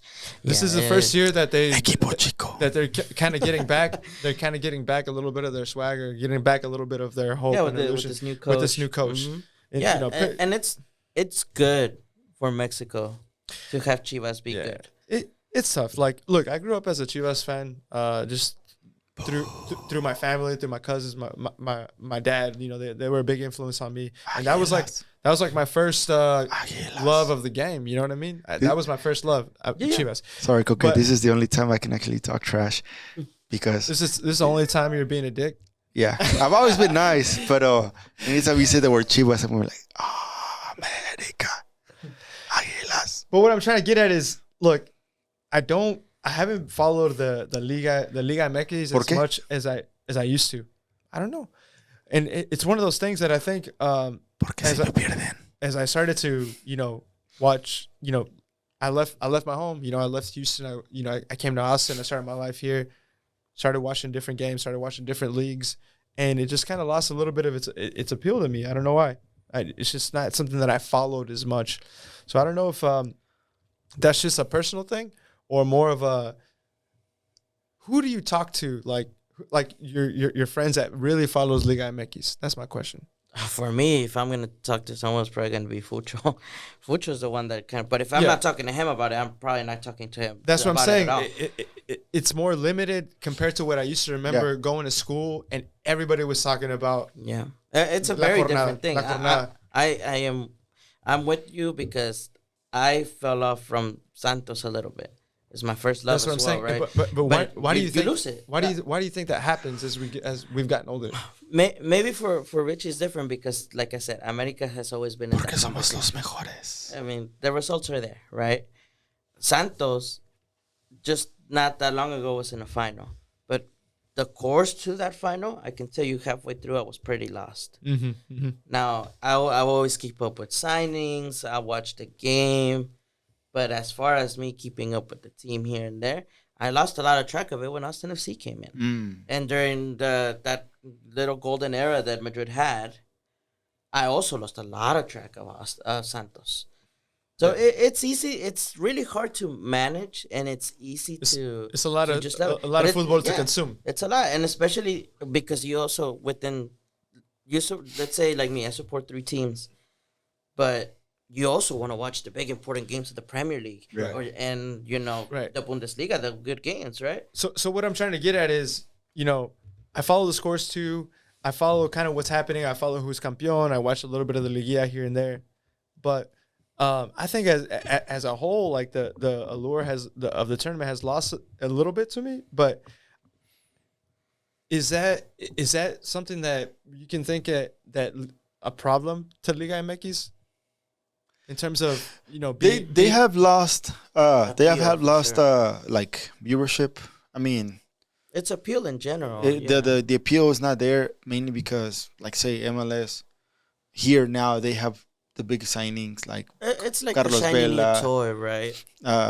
Bell, pero the one thing is they just need to find a way to make it more attractive. That's what I'm saying. Yeah. Like I don't know what it is, They just what's need to evolve. missing, but it has fallen off. But I'll tell you this. But it really just depends. When I watch a game, I am very impressed with the talent and quality of the games. And that's the difference and you're with like, MLS oh my and- god, dude. Why- That's the The difference. quality is like Yes, it's amazing. insane. Yeah. Tienen jugadores. Tú ves un partido de León, un partido del América, un partido de Pachuca, de Cruz Azul, Tigres, Monterrey. You see some badass fucking shit, dude. And this season, I don't know, maybe because of what happened in the World Cup in Qatar, pero los jugadores en la Liga MX, man, they're playing a little more. They're a little more. have They're a to little prove. more fit. Yeah. They want to prove something, and be careful because, like, say if Mexico's, like, say tocó fondo, no pasando de la fase de grupos, and that hits, every single aspect, especially the economical one. Pero I think for me is it's just the amount of not the extranjeros that come in, but it's how many players do you give a chance to, like in a team like Chivas. the one thing that really bothers me is how overvalued a lot of the players are to Chivas. Yeah. Or even in the Liga, or if the players want to go to Europe. I mean, you want to sell a player for 10 million, where in reality he could be maybe 2 million, 3 million. Like, say, for example, Lainez, he went to Betis for almost 12 million. Y fue un fiasco. I saw him in el Clásico Regiomontano and did not look good. Yeah, so, and it's like, say, in Mexico, it's just, and then there's, sparkles here and there when they first start, like Lainez. Los sobrevaloran, los venden caros, y luego no resultan, but there's not a process. Pachuca is done well with the players that they have. Well. It's a different type of institution. I think they've based themselves off a European model. You know what I mean? Like, they absolutely do. Yeah, I mean, so they model themselves with Barca. And then, like, say, in the past, Chivas had that. I don't know what happened.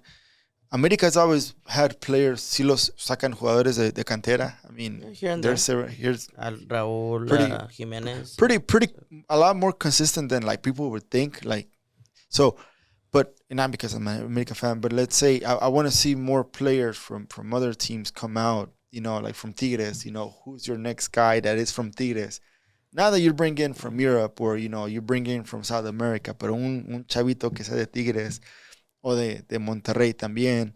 I think a lot of it just also has to go with just giving the players a chance to evolve. The different, like, in the drastic, radical changes in the MLS. We believe in progress and development. In Mexico is more result based. But you know why I think that is? Because Liga MX is a more established league. And MLS is what, 28 years old? It's still developing. It really is just really developing. It's booming right now. Yeah. So to a certain degree, I can understand the let's be progressive. Let's believe, right? Because you have to believe in that project on the long term. Yeah.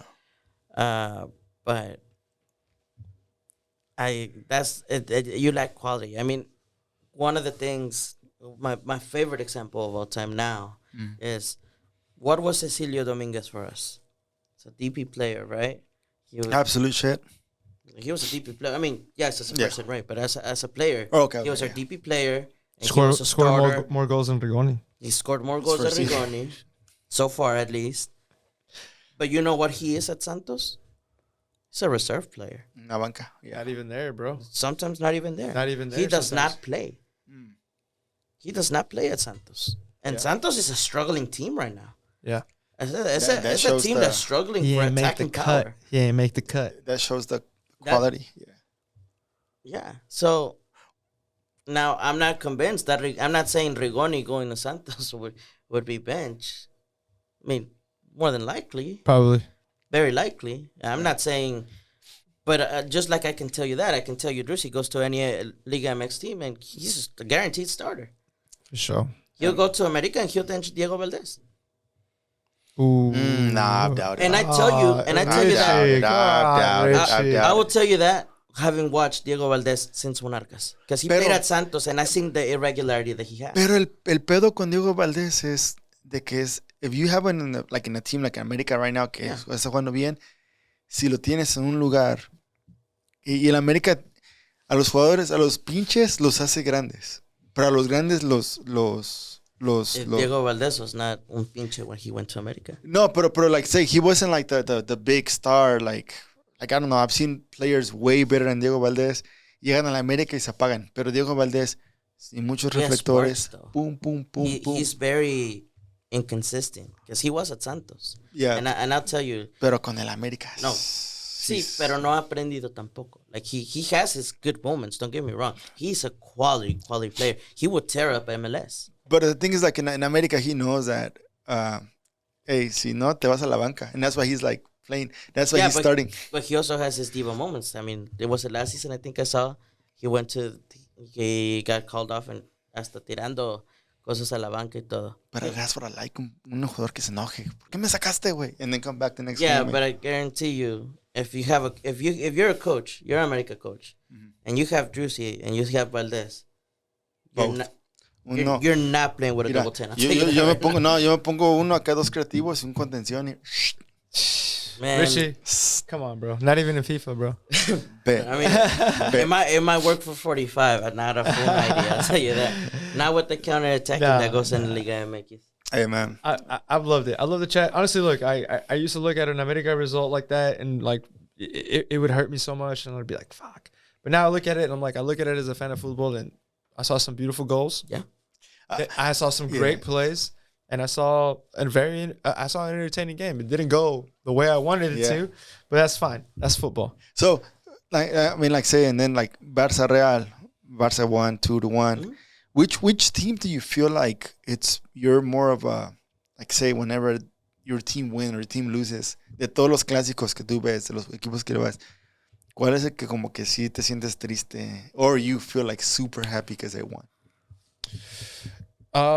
To be honest with you, man, now like since I've been following more of the Premier League, when Man U loses, I feel that one more, but nowhere near to the extent that I felt when I was 16 or when I was 21 or 23. With Chivas.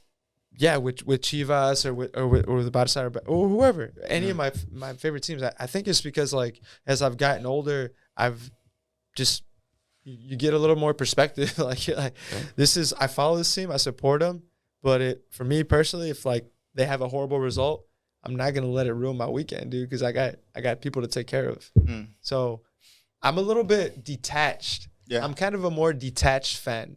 And I see other fans and they react pretty horribly, especially online, and you see like some reactions and I sympathize, I understand it, but I know that that's just not me anymore. Yeah. So Duke, Neffy. Man, this was. ¿Cómo te fuiste? You had a rough weekend, man. I had a really, really rough weekend. Santos le metieron 4. Madrid lost. But the one that hurt the most was Austin. Austin? I think it's the first time I can actually say Austin really kind of hurt me more. And a weekend where there was a Clásico. Now, by no means am I detached from Madrid at all. Yeah. But I think I see the reality of the club, right? And I see the reality of each club, and I see the rivalry that each club was, and the reality of those rivalries are. Now, the Santos one, I can't tell you that it didn't hurt, because it did. But at this point, looking at the team, the way it's been going, it did not surprise me. I wasn't expecting it. I mean, I expected there maybe a 2-1 loss or something. But if you watch that game, they got destroyed every which way. And it's hard to watch. But it didn't hurt nowhere as close as Austin did this weekend, at least. It was hard. I remember under the first season, there was a Clásico that coincided with a game against, I think it was Seattle. I don't remember. And I was on the supporter section watching a Clásico on my phone. And, it was that one that we lost 4-0. They lost. So you were celebrating gol de Drusi y gol de Busquets? No, because he didn't score that day either. But I remember, because the Clásico was finishing, when the first half started. So we were already in the stadium. I remember watching the 4-0. I'm watching Austin FC with my Austin FC gear. But I'm literally about to shed a tear watching this Clásico over Madrid. I could not enjoy the game. Yes, this weekend was a complete different thing. Maybe I don't feel that way because I don't really have to take care of anybody like that. Maybe that's why I get a lot more into it. Yeah. But yeah, dude. I'm known to the first person that came to mind this weekend was you. It's like, man, how is Neffy doing? Man, I'm glad you came today, man. Man, cheers. Cheers. Yeah, appreciate you coming by, bro. Salud. Salud.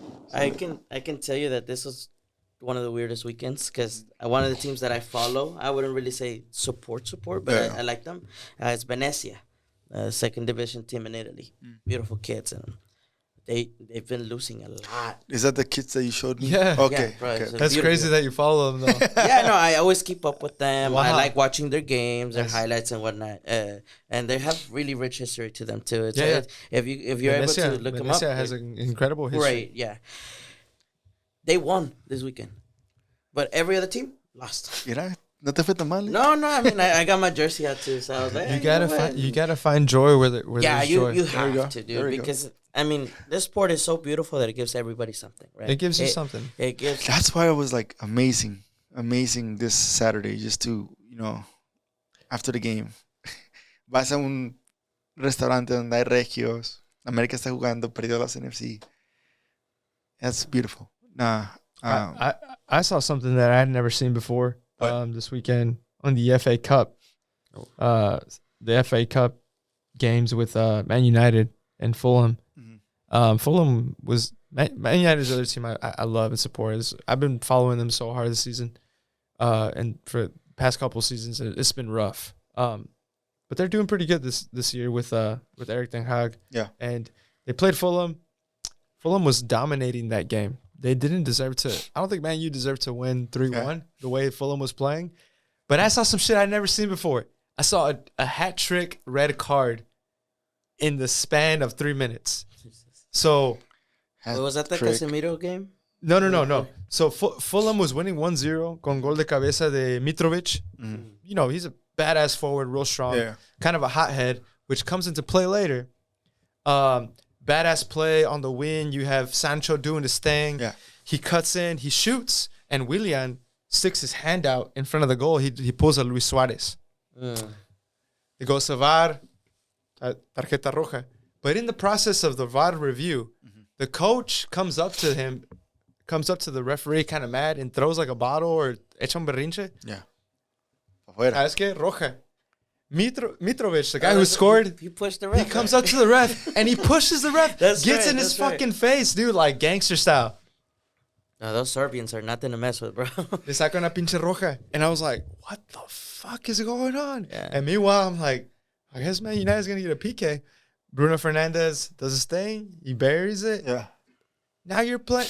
You went from winning a game 1-0, casi minute 75, minute 70 something. You're 20 minutes away from a semifinal to going down to getting tied up 1-1 and losing 2 players. That's crazy, bro. So anyways, man, you ended up winning that game 3-1. Crazy game. And then on the flip side, since we're talking about derbies, Man City took care of their business against Burnley 6-0. Man, Haaland. Haaland, a scoring machine. Goals at 32, 35, 59. And low-key, Julian Alvarez doing his thing, too, at 62 and 73. But, man, dude. 8 goals in 2 games. That guy is insane, dude. And what's scary about him is that after, in his post-game conferences, he's, like, talking about what he can improve. A player that scores hat tricks like nothing, like a regular thing. He's scary, man. Very. He's going to be a problem. So, do you think he's going to stay in Man City? No. ¿Cuándo se va? No, I think it's all going to tie in. And maybe this is me being biased, right? Mm-hmm.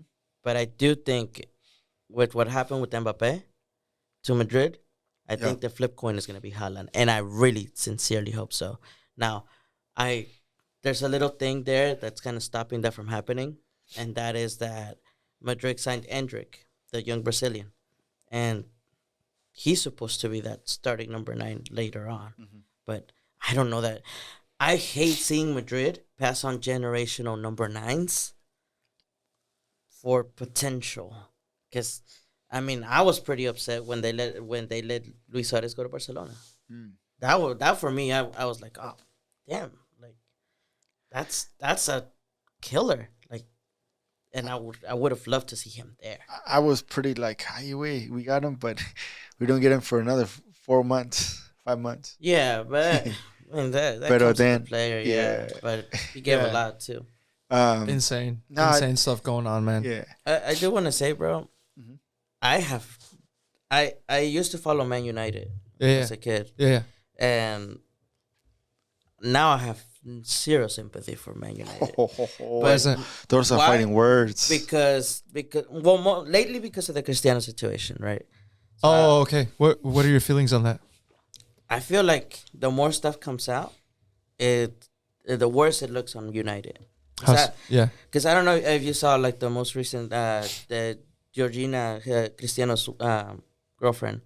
They released like a documentary, or they have like a little series, Yeah. And so it came out on one of the episodes that she had 3 miscarriages Mhm. before the last one where they lost one kid, right?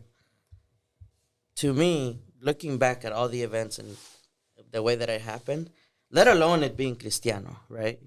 It could have been Bruno Fernandes, anybody. But I feel like the way the board managed that, I feel like that was very poorly. Don't get me wrong. The interview with Piers Morgan was a horrible move on Ronaldo. Yeah. But I think now, Piers Morgan, very respected journalist. I mean, that's a lot, right?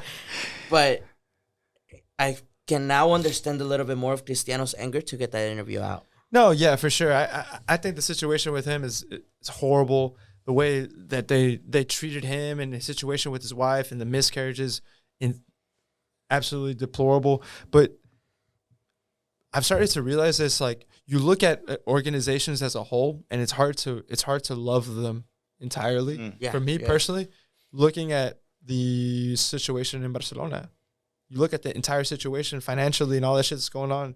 How can I love that? How can I love allegations of, paying corruption and referees and shit like that? That's fucking horrible. And I look at Man United. I look at the Glazers. I see what they've done. I'm not gonna love that. I'm not gonna accept that. But what I've kind of consolidated, this is what I love. This is what I support. Is the team, the club, the team, the players, the ones that go on the field, and the coach, whether he makes hard decisions or not. I thought the way Ten Hag dealt with Cristiano was, to me, kind of as best you can deal with that situation. Yeah, I personally feel there was a lot of context between both of them that wasn't given to each other. Yeah, yeah. He dealt with it as best as he could, and I think it worked out for him because it could have been really ugly. You could have had a situation.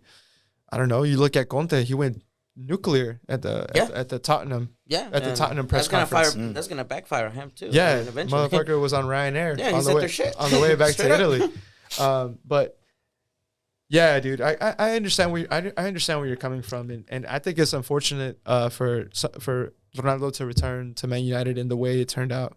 I personally don't think he should have went back. I think it was a fairy tale. It was it was like good in his head, good in someone's vision, but not good in reality. No. But I do want to ask you, you being a Man United fan, but how do you feel about Qatar now trying to own United and it being a very likely situation? Because I personally, I mean, Barcelona, Madrid, Atletico Madrid are one of the few clubs in the world that are still technically fan-owned. Right? They're 51% socio-owned. And then the owners or part owners of PSG are the ones trying to buy United. Now, UEFA right now has a rule where you can't monopolize like the teams. But you can play Champions League. So let's say both qualify for Champions League, one of them can't play it. So no, how do you feel about that? I look at the English Premier and I see that happening a lot. You have this nation states, you have Middle East organizations investing heavily. I don't like it. I don't like it because I think it takes away from the purity of the sport. I agree. I think it takes away from the purity of the sport. I think it sports washes countries that do pretty horrifying things or that are involved in some type of wars against their neighbors and shit, and it makes it look like, hey, look, we own a team. We're a legitimate we're a legitimate country that is good, that is doing some good. So it's like sports washing them. And I think it just pumps the game with so much money that no other team can compete. No, and it's unhealthy. Very few teams can compete. So it creates a situation where it just lopsides the who can come play to this team. Like we're talking about the Haalands, like those generational talents. They're gonna go to the same teams all the time. Yeah. So I'm not a fan at all of like Qataris probably owning Man United or putting a bid, but also, what can I do about it? No, absolutely, no. That's a whole issue in itself, right? I mean, I feel pretty helpless for that type of stuff. Yeah, just like the World Cup in Qatar, like a lot of shit that I was not cool with it. But what can I do? Like, it's hard. It's hard to grapple with, but it's good to have the conversation and to think about and just not turn a blind eye to it for sure. Yeah. Because I mean, I can tell you as a Madrid fan, right? I I would hate for Madrid to turn their eye onto doing that, which is why I applaud Florentino Perez for trying to keep the club afloat and trying to compete with these market prices that the Qatar in itself have put out there. I mean, because a lot of people want to say, yeah, Los Galácticos, and that broke the market. I mean, yes, you can say that, but take a look at it this way. Look at the players that they were paying those big fees for. They paid 100 million for Ronaldo, not some player that's been playing in first division for 3 years. Mm-hmm. They paid 100 million for a proven generational, probably once in a lifetime talent, Mm-hmm. Mm-hmm. and then they paid the 70 for Zinedine Zidane, type of things like that. Now we're talking about Bellingham, which is a great, outstanding player. Mm-hmm. We're talking about bottom line 120, 150. I think that's if you put me on a balance, who's worth 150, Bellingham or Zidane? I think I'm gonna pick Zidane. Any in their prime or whichever at this point in their career. So I think I really hope United doesn't go that way. Yeah, but it looks with every indication it shows that, Yeah. that it's probably going to go that way. So. Unfortunately, but so I really hope for the betterment of the sport. I hope it never it goes that far.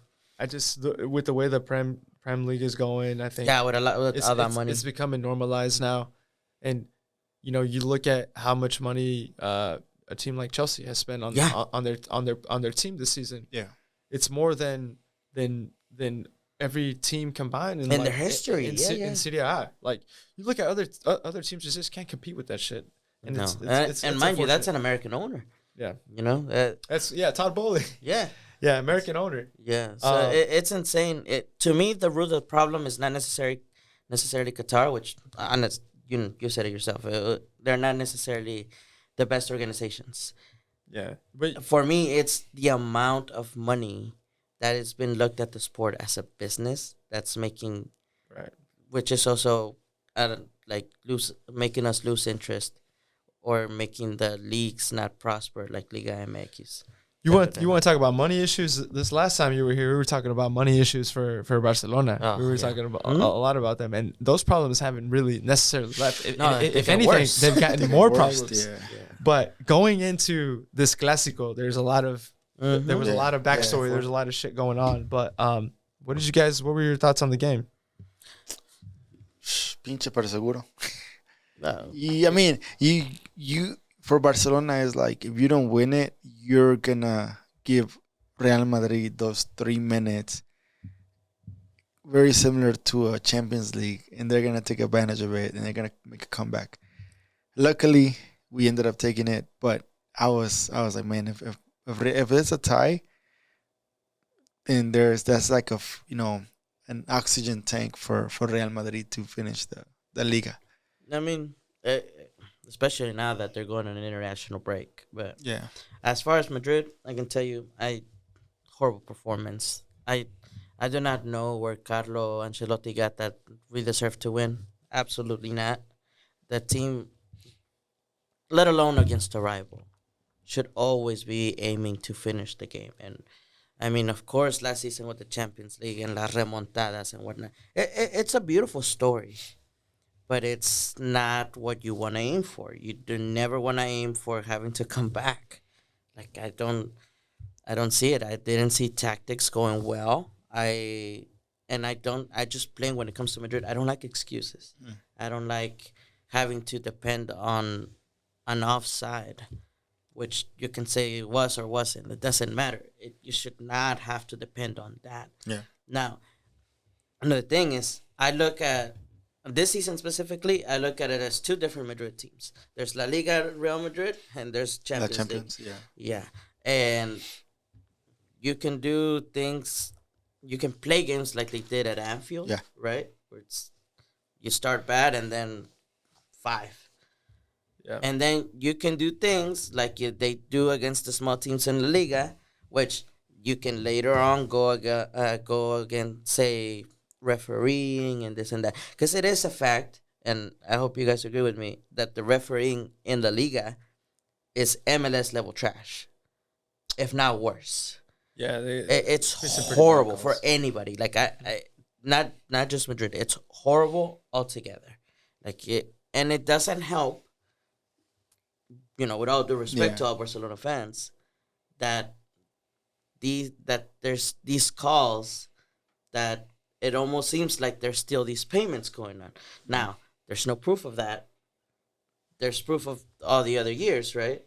But to me, at least in the heat of the game, I'm like, is this fucking ref paid off? Yeah. Because, but at the same time, thinking about it now, it's like there should be no reason why this Madrid team should not be at least on par, on level points with Barcelona. They lost so many unnecessary points for no reason. When it comes to results, at the end of the day, I'm more like you have 90 minutes to get to, win a game. Yeah. If you don't win a game in those 90 minutes and you're worried about the refs calls, no, dude. At the end of the day, like your job is to win that game. Absolutely. Whether the ref is doing a great job or not. Si el referee por él te metieron 5 goles, okay, then there's a problem. But if it was close offsides, what about like my team? What didn't you do? Why did they score? I think at the end of the day, referees, they have a very minimal effect on games, unless you're talking about like le dieron 3 penales y una que it was weird, but like I'm very similar with yours. It's like when Barcelona loses, it's like, hey man, you fucking lost. Dude, it's because they have the squads for it. Like there's no needs for. Like I get it, it's fantasy and the underdog story, right? We lived that with Austin FC, but with the squad you have, with the history you carry, what need is there for you to be losing all these small games? Yeah. Now, not saying the Clásicos, obviously the biggest game in the world. Yeah. It's the most viewed. But yes, 2 rivals should not be. Those games should be lived more with passion than technicality now. Yeah. And I don't feel like Madrid showed that on Sunday. I just don't feel like they went into that game. I'm not saying they didn't went into the game thinking they were going to win, but I don't think they showed the intensity like they do in Champions League. I would love to know why that is. Unfortunately, that's something that stays in their locker room. They know what it is. Maybe it's a mental block as well, right? Yeah. Maybe they feel like they've been what's the word? Perjudicados. Like they've been not having been getting calls in La Liga, which I see it. It's very frustrating. Yeah. But that shouldn't be the reason why you throw away La Liga. Yeah, because then if like say for example like the last how many seasons you won there in a row, whether bad calls from refs or not, you did your shit. Yeah, it happens. Yeah. And I mean, now what they like I said, the only thing you can kind of argue is this thing that came up with Barcelona and the refs, right? But at the end of the day, a lot of those La Ligas were not lost by too many points. Yeah. You know what I mean? Which is why it kind of raises the legitimacy of it to some fans. I mean, if you were to really ask me what do I think about it is, okay, well, you know what? It happened. They paid it off, and we lost those titles at the end of the day. Now, should it be looked into and do a full investigation? Now it's way above FIFA. Now it's in Spain's court of law. So we'll see what happens with that. But Por eso, record. Póngase las pilas y no diciendo cochinadas. Dude, last time you were here, you had this incredible polo, really nice Real Madrid polo. So I felt like you were gonna wear it today or something similar. So I had to step up my game. I know you got it underneath. I don't got the polo, but I got this one. I had to step up my game too. I love it. I love that blue color on you. Yeah. I actually forgot I was wearing this, but I got this new nice polo. Right now, I'm enjoying what Barcelona can produce because who knows what's gonna happen with what's. You gotta enjoy what you have. Enjoy while I have it, dude. I'll tell you this. as much as because Barcelona, I personally do not see how people support it. Obviously I've seen it, right? How But dare you? I don't understand it, and I don't. I Well, mean, I've seen the Ronaldinhos and the stuff. No. Right? I'll tell you how I support it. When I see a Barcelona, I don't see so much like a history of winning, a history of like títulos, or Yeah. I go back to that essence of the word. You know, it's more than a club, Mexican club, right? Mm-hmm. It's more than a club. So what does that mean to me? To me, that means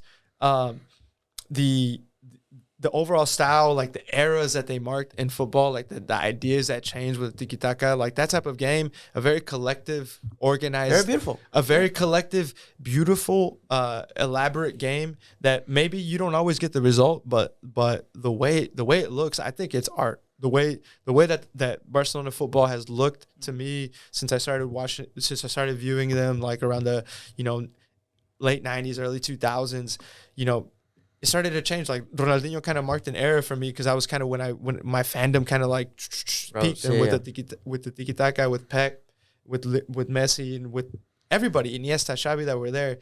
But it was never so much like Barcelona's like winning everything. It was just the style that they played, and that they still try to bring some of those elements. Although football has evolved past tiki taka, it's evolved past that. You have to move past it, but it's that sense of art to me that allows me to just say I support Barcelona. To me, when Barcelona wins the way that they do, I think it's a win for football. That's obviously my opinionated view of it, but that's how I see it. Right. I have grown respect for a Madrid approach to the way they play tournaments, to the way they play finales, to the way they finish what they started. You know what I mean? When it comes to a Champions League, they finish what they start. And they never back down. I've gained respect for that over time, but like I was saying before, I'm just a fan of the artistry of football. I think for like a lot of like Barcelona fans, like because you explained it very well, and for me the way I see it from an outside point of view is it's a beautiful story that's been sold for an almost too good to be true story. Because this game, they didn't win beautifully. Right? This game against Madrid. Yeah. Now, you can go back and forth between Madrid Barca, but I want to go take a step back and look at it as an overall, right? You go ask these little La Liga teams how they feel about Barcelona and Madrid, they hate them. And they don't look past it, not because of the result, but because of what the clubs are. And for me, that's probably more than what it is. For me, it's probably more like what I've seen the club do. And like, it honestly kind of saddens me a little bit that like all these great, like when they won the 6 titles and this beautiful tiki-taka play, it honestly kind of saddens me a little bit as a football fan that it's being tainted with these type of scandals. I think, not as a Madrid fan, as a football fan, it's sad to see that all these beautiful style of play is being tainted by that. No, I agree. I hate that it's being tainted by it. And I think you have to look at it. You can't turn a blind eye to it. I mean, I had something, a similar thing. This type of shit happens in sports where very successful teams are caught in some type of scandal and it taints it. So, but the thing about sports that I believe is 100% true is, are people going to remember? Maybe someone like you will remember because you're like a super diehard Madrid fan. But are you going to remember what they did in the Jornada 7 of the 2014 season? No. But you remember how it made you feel. Yeah. When it happened. And I think that's what like as a fan you feel. What I felt when Barcelona won those títulos, when they were performing at their highest level, was that feeling of euphoria. So this taintedness, it does kind of ruin it for me, but it doesn't take it away. No. Yeah. Absolutely. And that's why I'm one of the people that says, you know what, they won the titles after all. Like, I think you can't take them away like they did with like Juve. Yeah. Juve, they took their titles and they sent them to second division. Yes. But what I'm trying to get at is, even if the titles are, let's say the titles are taken away and the story is lived it. I still lived it, Yeah. and I still remember how that game made me feel. Yeah. And that's the most important part of it. right. It's the how your club makes you feel and why, and because at the end of the day, that's why you represent it. Yeah. And that's why it doesn't matter. Like the people that support those small clubs, they're not there because of results, and we know that because if that's what the case, they'll be supporting the big teams only, right? Yeah. They're there for the upsets. They're there For like the story, the journey. Sí, Yes. la garra, La garra. yeah. That one resultado. Those Cinderella stories, Yeah. right?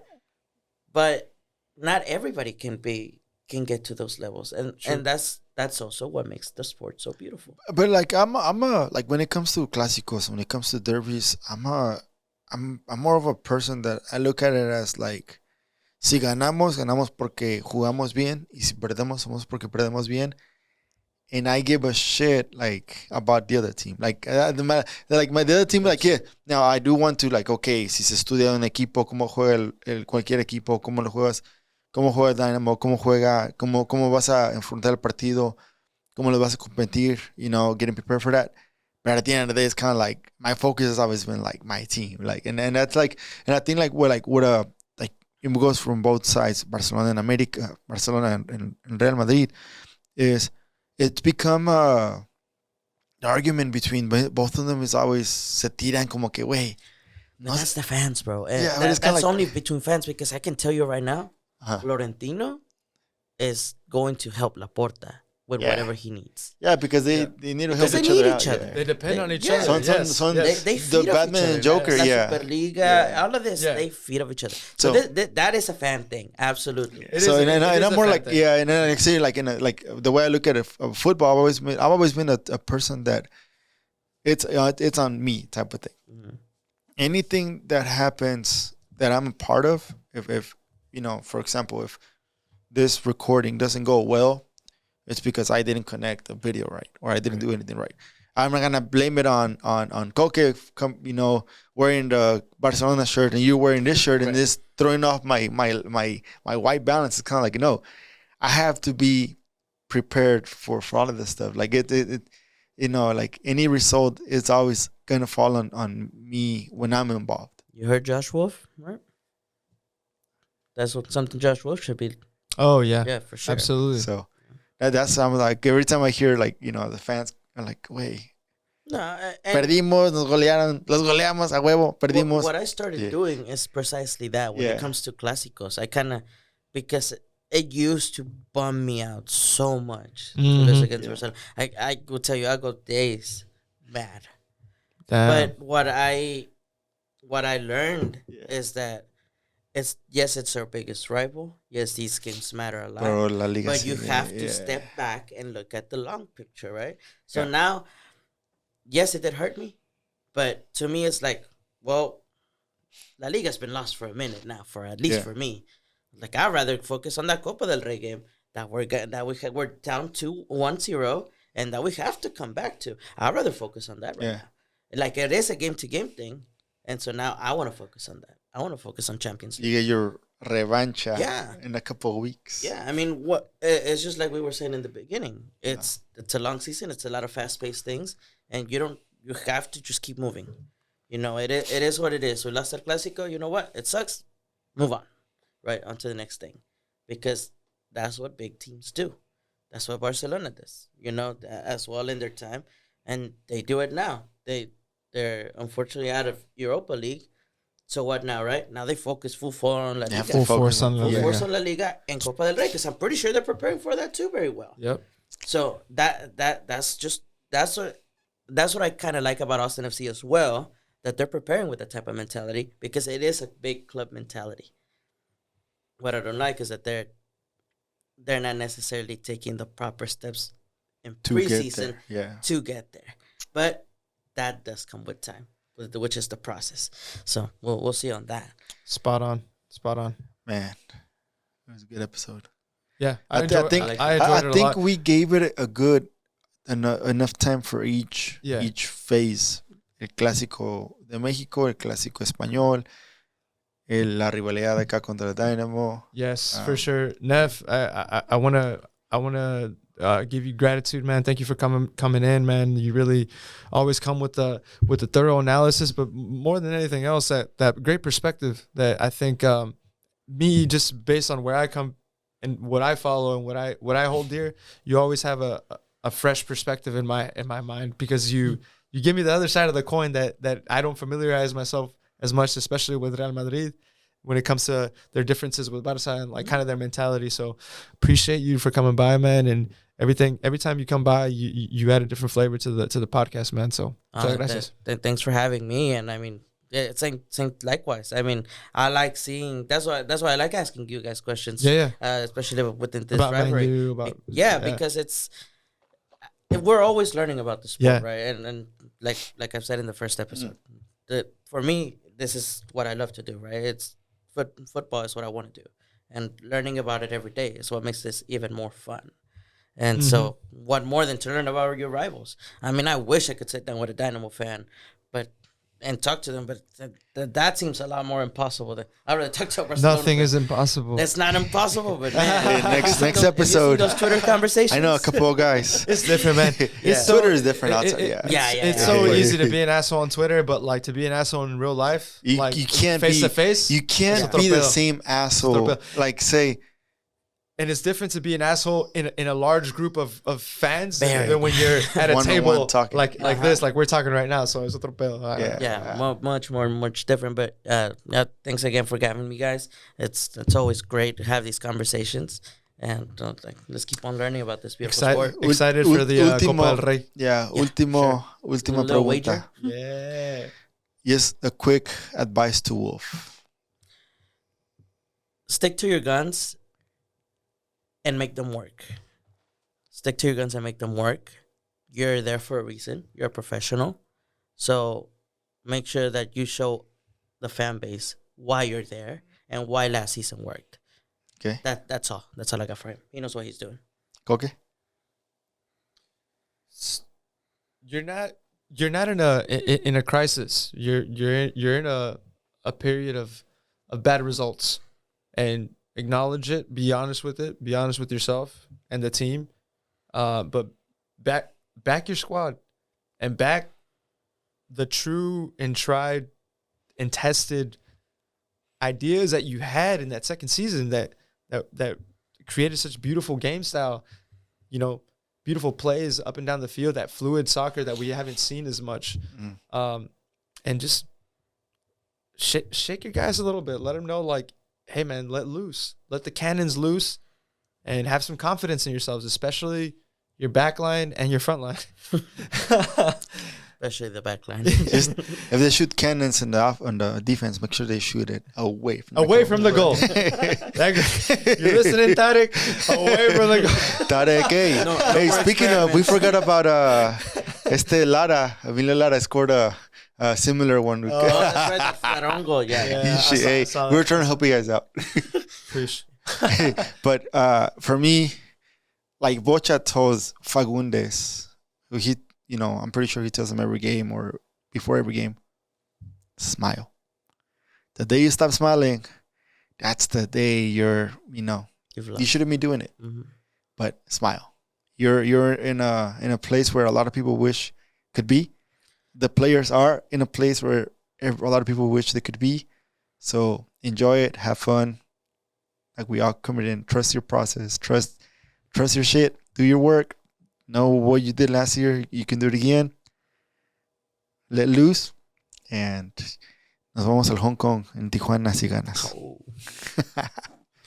That's a church in Laredo. That serves really good food, right? Ándale. ¿Cómo sabes? I heard stories. Se cuidan, se portan bien. Arriba el América, el Barcelona, el Austin FC, y abajo las Chivas y el Santos. Y a la Madrid. Y abajo el Real Madrid. Y Joan Laporta, no te vayas a la cárcel. Adiós.